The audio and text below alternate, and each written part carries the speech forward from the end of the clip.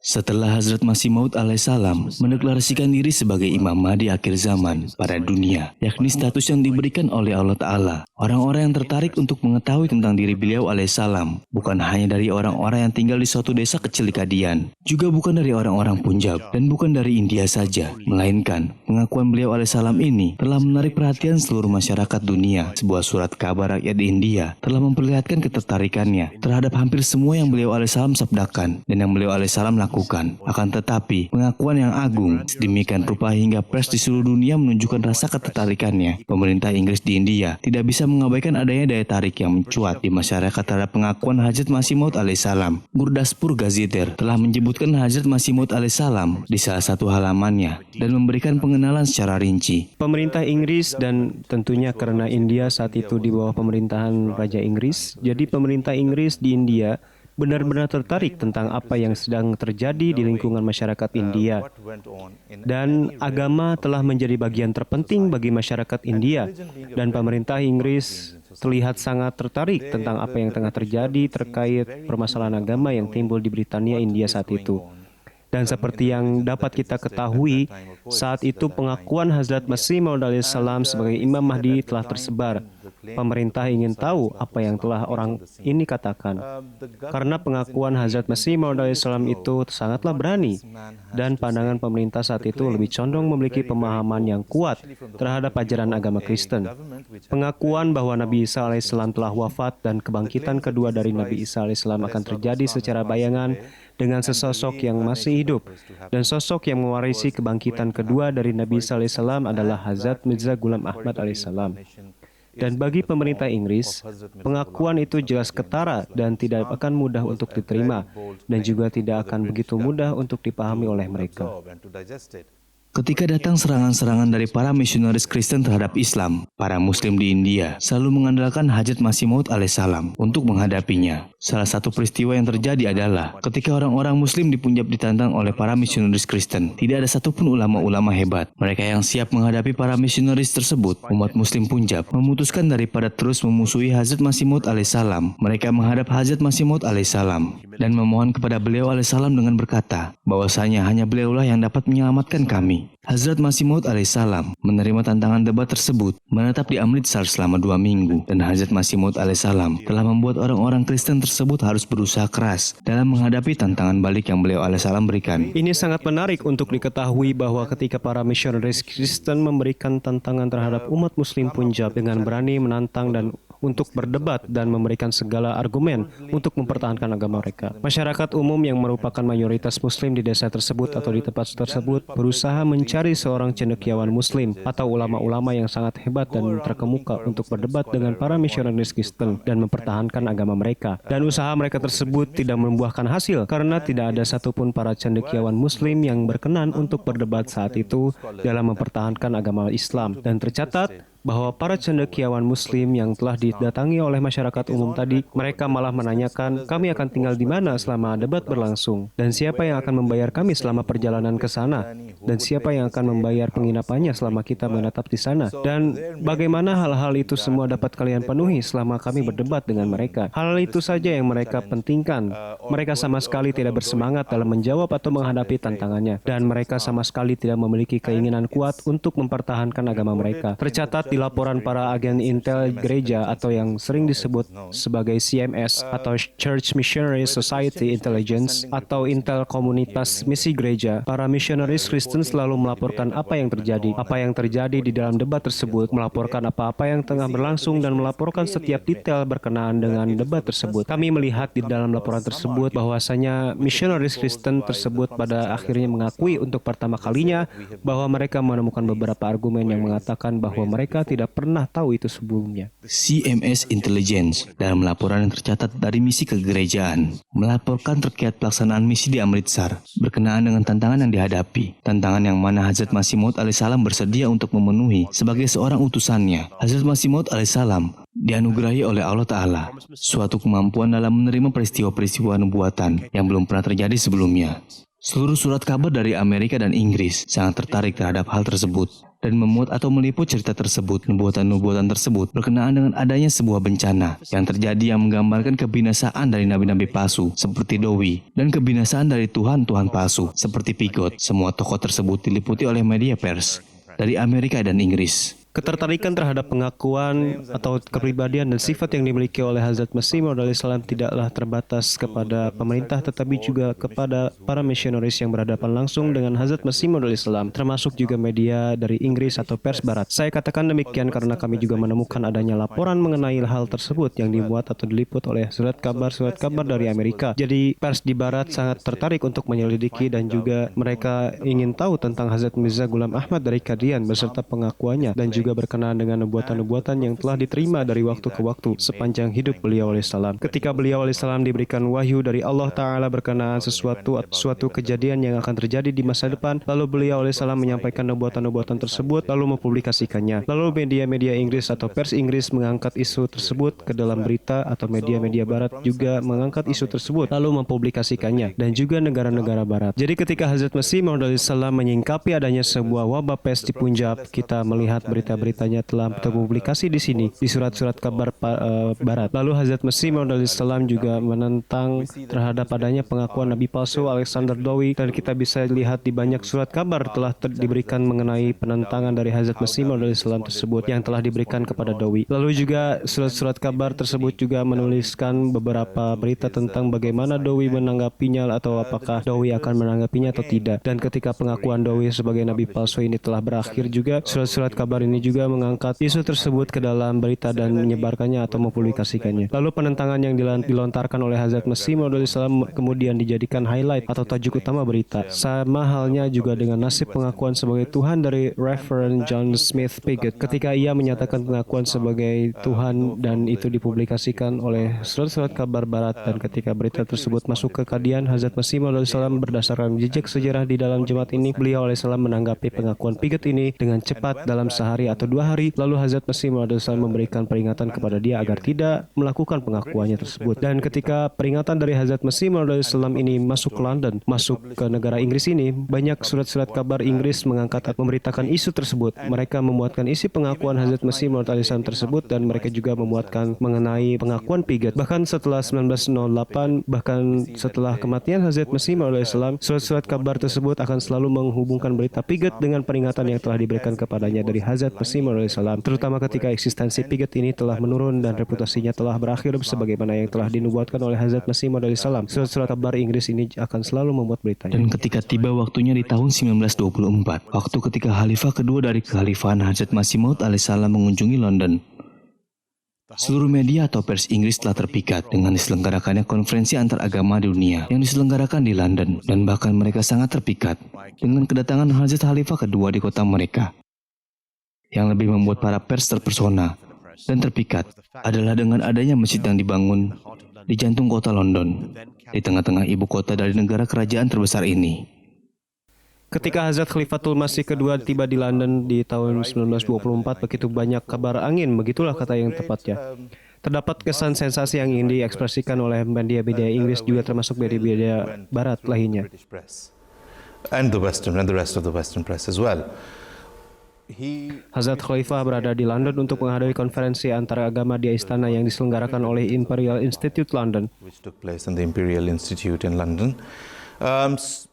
Para pers ini sangat tertarik untuk mencari tahu siapa laki-laki ini yang memakai sorban dan ditemani oleh 12 orang yang sahabat yang juga memakai jas panjang dan memakai sorban dan celana panjang. Hal itu telah melahirkan suatu peristiwa yang sangat menarik bagi para media Inggris. Mereka sangat ingin tahu ada tujuan apa orang ini ke sini. Lalu ketika para pers ini ingin berbicara dengan pria ini, kemungkinan pada awalnya hanya ada beberapa surat kabar yang ingin berbicara kepada Hazrat Khalifah radhiyallahu anhu. Dan ketika Hazrat Khalifah telah menyampaikan pesan, kita bisa lihat hampir seluruh surat kabar di seluruh penjuru kota menjadi sangat tertarik dengan kedatangan Hazrat Khalifatul Masih Tsani, Hazrat Mirza Bashiruddin Mahmud Ahmad. Dikarenakan adanya segala segi ketertarikan yang terlihat dari kunjungan Hazrat Khalifah tersebut. Beberapa daya tarik antara lainnya adalah karena Huzur sedang menghadiri konferensi antaragama di Istana Kerajaan. Daya tarik lainnya karena Huzur akan meletakkan batu pertama untuk pembangunan masjid di jantung kota London. Dan daya tarik berikutnya adalah berkenaan dengan karena Huzur akan menghadiri pertemuan dengan para dosen yang mana beliau itu diundang oleh mereka. Sebagai contoh, diundang oleh para rohaniawan yang mana Huzur akan bertemu dan berbicara dengan mereka di tempat mereka. Huzur juga diundang untuk menghadiri sebuah pertemuan di katedral di Portsmouth, yang mana dalam pertemuan tersebut Huzur akan berpidato. Jadi di sana ada pertemuan dengan para dosen mereka. Ada peletakan batu pertama di Masjid London. Huzur juga menghadiri konferensinya. Semua itu dilakukan oleh Huzur dalam satu waktu. Dan juga selama beliau menetap di sana, terdapat sebuah peristiwa terjadi di Afghanistan, di mana orang-orang Ahmadi di sana dibunuh atas perintah pemimpin Kabul. Lalu ketika berita tersebut terdengar di pusat jemaat Ahmadiyah di Kadian, dan kemudian langsung segera disampaikan melalui telegram kepada Hazrat Khalifatul Masih Tsani yang sedang berada di London. Berita tersebut disampaikan kepada beliau. Sesampainya berita tersebut, Hazrat Muslih Maud radhiyallahu an, beliau meminta para sekretaris beliau untuk mengadakan pertemuan protes di sebuah tempat yang mana para pejabat dan orang-orang yang memiliki pengaruh yang kuat bisa diundang untuk datang dan menghadiri pertemuan tersebut. Jadi yang kami ketahui, pertemuan tersebut diadakan di Essex Hall yang berada di jantung kota London, yang mana para pejabat diundang untuk bisa hadir. Begitu juga dengan para cendekiawan, dan hal ini tentunya menarik perhatian media massa dan berita-beritanya kemudian dipublikasikan secara meluas di dalam surat-surat kabar. in the Western newspapers. Perletakan batu pertama untuk pendirian sebuah masjid telah menciptakan hubungan erat antara media-media internasional dengan jemaat Muslim Ahmadiyah. Segala peristiwa yang terjadi di Kadian akan selalu muncul sebagai berita di dalam surat-surat kabarnya. Dan apa yang paling menjadi daya tarik bagi para media massa ini terhadap jemaat adalah nasihat yang disampaikan oleh Hazrat Mirza Basruddin Mahmud Ahmad radhiyallahu anhu, yang merupakan imam jemaat ini kepada para Muslim di anak benua India, agar mereka berjuang untuk memperoleh kemerdekaan dari kerajaan Britania Raya. Nasihat beliau ini dipandang sangatlah begitu penting karena menyangkut beberapa hal yang juga penting, seperti menyarankan untuk membentuk Liga Muslim, menyarankan dan mengarahkan pembentukan Kongres Nasional India, dan yang lebih dari itu adalah memberikan arahan terhadap pemerintahan Inggris berkenaan dengan tindakan terbaik apa yang dapat diambil oleh mereka dalam situasi yang seperti itu. Misi kejemaatan di London telah terlibat secara aktif dengan pemerintah, dan media massa bekerja sama dan membahas banyak hal berkenaan dengan bidang keagamaan, bidang perdamaian dunia, dan bidang keharmonisan antar umat beragama, yang mana pembahasan tersebut atau disaksikan oleh masyarakat Inggris melalui peliputan dari media massa yang menggambarkan bagaimana kegiatan-kegiatan kejemaatan di London begitu diterimanya oleh masyarakat. Masih dalam hal yang sama, di sini Hazrat Khalifatul Masih ketiga, Hazrat Mirza Nasir Ahmad radhiyallahu anhu, datang ke London untuk menyampaikan sebuah pidato di suatu konferensi yang bertemakan dengan pembebasan dari salib. Atas petunjuk dan persetujuan dari Hazrat Amirul Mukminin, Hazrat Khalifatul Masih ketiga, Hazrat Mirza Nasir Ahmad rahimahullah ta'ala, konferensinya dapat terselenggarakan dengan baik di Kensington, London, di tempat Commonwealth Institute dari tanggal 2 sampai 4 Juni 1978. Dan topik dari pidato yang disampaikan dalam konferensi tersebut adalah pembebasan Sang Yesus dari tiang salib.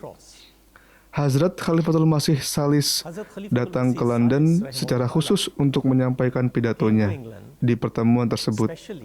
Selain pidato yang disampaikan oleh beliau radhiyallahu an, terdapat juga beberapa cendekiawan lainnya yang berpidato di sana mengenai banyak topik yang masih berkenaan dengan Sang Yesus Nabi Isa alaihissalam.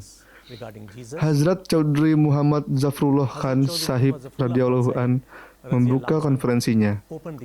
Di tempat konferensi itu juga terdapat sebuah pameran yang diselenggarakan oleh Jemaat Ahmadiyah, di mana dalam pameran itu Jemaat Ahmadiyah memperlihatkan rute peta perjalanan Yesus Nabi Isa alaihissalam yang diambil oleh beliau alaihissalam menuju Kashmir. Di pameran tersebut juga ada beberapa buku yang dipamerkan di sana, terutama yang sangat diperlihatkan adalah beberapa buku terakhir dari Hazrat Masih Maud alaihissalam, di antaranya buku Yesus di India, buku Imam Mahdi dari Hindustan dengan bahasa Urdu, lalu ada buku Di Manakah Yesus Wafat, lalu ada juga sebuah buku yang secara khusus dituliskan oleh Hazrat Chaudhry Muhammad Zafrullah Khan Syahib untuk pameran tersebut dengan judul Pembebasan Sang Yesus Nabi Isa alaihissalam dari Tiang Salib.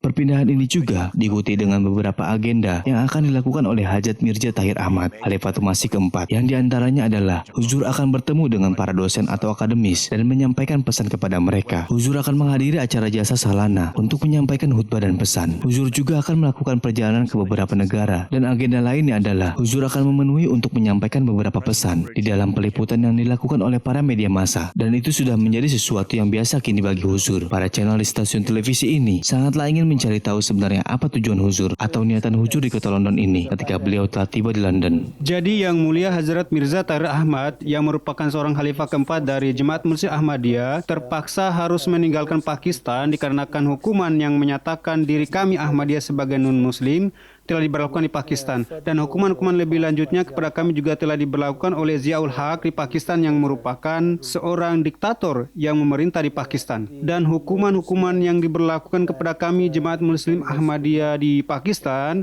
telah mengakibatkan Yang Mulia Huzur bahkan tidak bisa menyampaikan khutbah Jumat beliau di sana, dan jika Huzur menyampaikan khutbah Jumat beliau di sana itu artinya Jemaat Ahmadiyah telah melanggar hukum yang berlaku di Pakistan, dan jika kami hanya mengucapkan Assalamualaikum saja seperti itu, maka kami bisa dikenakan hukuman penjara selama 3 tahun. Lalu dikarenakan mereka juga senantiasa memiliki hasrat untuk membuat seorang pemimpin Jemaat Ahmadiyah ini ditahan, mereka ini selalu saja membuat beberapa kasus yang direncanakan untuk itu terhadap Yang Mulia Huzur. Maka dengan demikian sangatlah penting bagi Huzur untuk meninggalkan negara Pakistan untuk memperoleh hak kebebasan berbicara, untuk dapat senantiasa berkomunikasi dengan para anggota Jemaat Muslim Ahmadiyah di seluruh dunia. Jadi itulah dorongan kami atau alasan kenapa kami harus melakukan pindah dari negara Pakistan ke Inggris. सरबराह मिर्जा ताहिर अहमद आजकल लंदन में हैं और बीबीसी को एक खुसूसी इंटरव्यू देते हुए उन्होंने मोहम्मद गयूर से बातचीत की, जिन्होंने उनसे पहला सवाल ये किया कि हुकूमत पाकिस्तान के नए ऑर्डिनेंस पर उनका क्या रद्द अमल है। सबसे पहले तो ये बात समझ में आ नहीं सकती कि इस किस्म के ऑर्डिनेंस को लीगल डॉक्यूमेंट या कानून करार देना किस तरह मुमकिन है, क्योंकि बुनियादी इंसानी हुकूक में मुदाखलत और इस किस्म की खुली और फिर एक ऐसा इनकलाबी वाक़या हुआ है इस नए दौर में जिसका दुनिया ने नोटिस नहीं किया। और ताज्जुब है कि ह्यूमन राइट्स की खातिर आवाज़ देने वाले एक एक आदमी को सफरिंग हो तो वो शोर मचा देते हैं। वाक़या ये हुआ है कि पहले सच्चाई निकलवाने के लिए टॉर्चर करते रहे लोग, उसके खिलाफ भी आवाज़ उठाते रहे हैं लोग, लेकिन अब ये टॉर्चर है झूठ निकलवाने के लिए, यानी इस बात की सजा दी जाएगी कि तुम सच क्यों बोल रहे हो। मेरा मजहब जो है वो तो मैं बेहतर जानता हूँ, अगर मैं अपने मजहब को इस्लाम समझता हूँ तो जब तक मुझे समझाया ना जाए कि तुम्हारा मजहब इस्लाम नहीं है और मैं समझ ना जाऊँ, अगर मैं कहूँगा कि मैं गैर मुस्लिम हूँ तो झूठ बोल रहा हूँ। लेकिन ये कि आप करेंगे क्या? हमने जो किया है वो तो वही है जो मजहबी जमात को करना चाहिए। हम एक सियासी जमात तो नहीं है, और हम पूरा यकीन रखते हैं एक जिंदा खुदा में जिसने हमें पहले कभी भी नहीं छोड़ा। ये पहला वाक़या तो नहीं है, 100 साल से हम मज़ालिम बर्दाश्त कर रहे हैं अपने ईमान की खातिर, और नहीं टले वो बात समझने से और यकीन रखने से जिस पर हम यकीन रखते थे। Lalu tibalah di masa sebuah revolusi di bidang media massa, dari teknologi percetakan biasa sampai menuju teknologi digital elektronik, dan media barulah saja dapat melihat secara keseluruhan suatu permulaan perkembangan baru dari Jemaat Ahmadiyah ini melalui pemanfaatan dari adanya teknologi sosial media yang begitu pesatnya. Dan kini Jemaat telah memasuki era kepemimpinan kekhalifahan kelima dari Hajat Masih Maud alaihissalam yang berberkat. Ini adalah artinya segala perkataan yang disampaikan oleh Hajat Khalifatul Masih yang secara jelas, nyata, terlihat akan dapat didengarkan ke seluruh penjuru dunia. Di era yang penuh berkat ini, dunia telah dapat melihat dan menilai secara langsung dua perbedaan yang sangat kentara, berbeda antara Islam yang sejati dengan ajaran kekerasan yang meskipun keduanya telah timbul secara bersamaan, Islam memanglah kini telah dicap dan digambarkan sebagai salah satu faktor yang menghancurkan perdamaian dunia, dan ini telah membuat tidak ada seorang pun atau pihak manapun yang berani untuk menanyakan atau mendengarkan tanggapan dari umat muslim dikarenakan ketidakpercayaan dari ketakutan mereka terhadap umat muslim. Meskipun tengah terjadi hiruk pikuk di dalam kondisi global kini, orang ini yang merupakan seorang khalifah dari Hajat Imam Mahdi alaihissalam, yang merupakan seorang pemimpin ruhani dari Jemaat Muslim Ahmadiyah, seorang yang akan senantiasa membawa perdamaian, Orang ini akan senantiasa menampilkan diri ke depan untuk menjelaskan untuk keberadaan Islam itu sesungguhnya. Alhamdulillah, bertahun-tahun telah dilalui, peliputan media tengah menggambarkan jemaat ini sebagai satu jemaat yang akan terus berkembang dan terus mengalami kemajuan. Dan seluruh dunia selama 15 tahun terakhir dari kekhalifahan Huzur yang berberkat ini telah bisa melihat, mendengarkan dan memahami lebih banyak mengenai kekhalifahan Ahmadiyah. Dan dari apa yang saya lihat dengan kedua mata saya ini, bahwasanya selama 10-11 tahun terakhir telah tergambarkan bagaimana Allah Ta'ala senantiasa memberkati segala usaha yang dilakukan oleh Huzur dalam menyebarkan pesan jemaat melalui media massa. Dan saya juga telah melihat banyaknya wawancara yang dilakukan oleh Huzur di Inggris, di Amerika Serikat, di Eropa, di Afrika, dan di seluruh dunia hingga ke ujung timur jauh. Dan di sana kamu akan senantiasa melihat apapun ketika para wartawan ini bertemu dengan Huzur dan berbicara dengan beliau. Para wartawan ini akan selalu terpesona dengan kepribadian yang dimiliki oleh Huzur. Cepat atau lambatnya nantinya akan menyadari bahwa telah terdapat perbedaan penafsiran di dalam Al-Quran, dan ini hal yang wajar dan biasa. Dan mungkin saat ini umat muslim belum bisa menerima pemahaman dan penafsiran dari jemaat Ahmadiyah. Namun, suatu saat dari para cendekiawan muslim ini akan menyetujui dan akan menjalankan ideologi yang sama, sebagaimana yang telah disampaikan oleh Hazrat Khalifatul Masih kelima. Ideologi ini yang pada awalnya diberikan kepada Hazrat Imam Mahdi, kemudian disampaikan ke seluruh dunia oleh penerus beliau alaihissalam yang akan terus berjaya. Ideologi tersebut adalah ajaran hakiki Islam yang penuh kedamaian dan harmoni. Ideologi ini akan tumbuh di tengah kesalahan-kesalahan atau kesesatan-kesesatan yang telah dilakukan oleh para umat muslim pada umumnya. Dan kesalahan-kesalahan itu bukan hanya merupakan sesuatu yang tidak dapat diterima, sesuatu yang seharusnya jangan dilakukan oleh umat muslim, dan sesuatu yang tidak berdasarkan pada ajaran Islam yang sejati yang telah kita pelajari. Hazrat Mirza Masroor Ahmad, Khalifatul Masih kelima, rela meninggalkan setiap harta kekayaan dan tidak kembali kepadanya hanya untuk menyampaikan setiap pesan ajaran Islam sejati kepada seluruh dunia. Dan setiap media senantiasa meliputi setiap perkataan beliau. Setiap perkataan yang beliau sampaikan kepada jutaan orang yang menyimak secara seksama dan kepada jutaan orang yang sangat menaruh perhatian terhadapnya. Dan setiap perkataan yang beliau sampaikan akan selalu memikat dunia sepanjang waktu dan akan selalu tertanam dengan sangat kuat sepanjang waktu.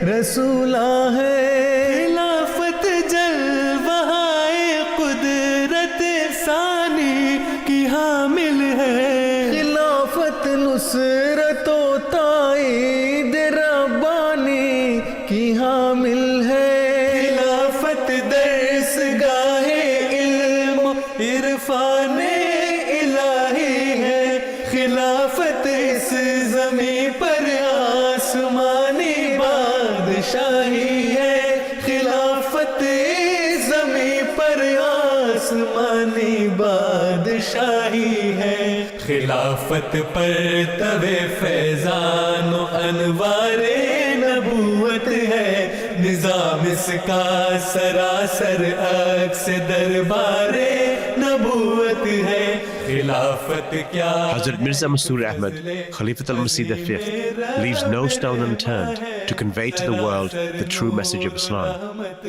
The media records every word of his. Every word of his gets to millions of viewers and readers. Every word he says is secured for all times to come.